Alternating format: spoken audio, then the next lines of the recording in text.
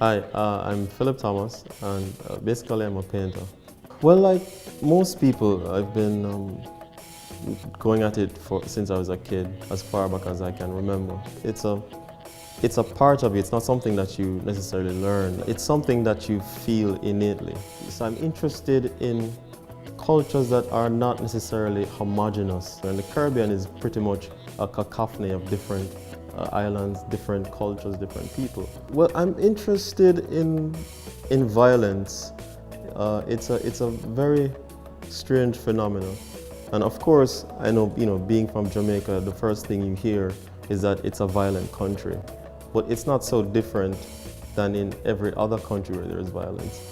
I'm interested in the contradiction, because you often hear it's beautiful, it's a beautiful country, but it's so violent.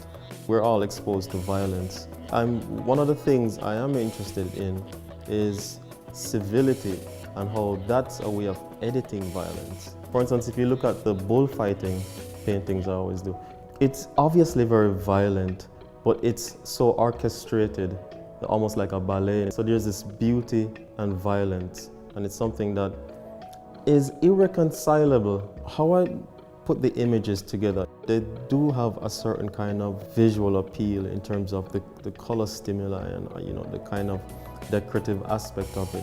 But that is, in a way, a form of editing raw violence.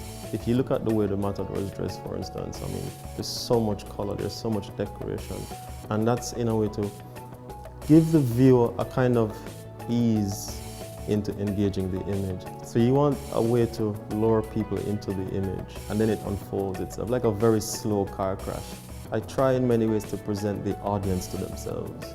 It's not to ask me what I think about my work, it's to really ask yourself what you think about my work and how do you locate yourself in it. It's one of those things that I leave up to the viewer as opposed to being authoritative in any way.